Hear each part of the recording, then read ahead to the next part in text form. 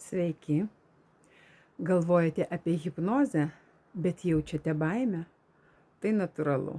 Apie hipnozę sklando daug mitų. Dažniausias klausimas, kuris kyla žmonėm, ar hipnozė paslaptinga kontrolė, ar kelias į vidinę laisvę.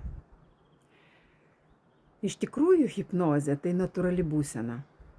Kai įsitraukiame į įdomią knygą ar įdomų filmą, mes jau patirime panašią būseną - susitelkimą ir atsipalaidavimą. Hipnozės metu jūs neprarandate sąmonės ar kontrolės. Visą laiką esate sąmoningi ir galite bet kada sustoti.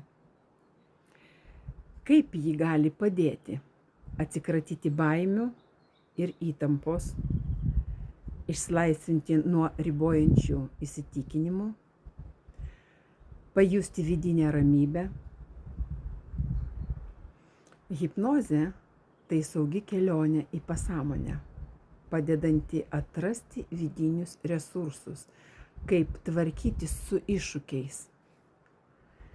Jei jau senai norite pabandyti, bet dvejojate, rašykite, atsakysiu į visus jums rūpimus klausimus.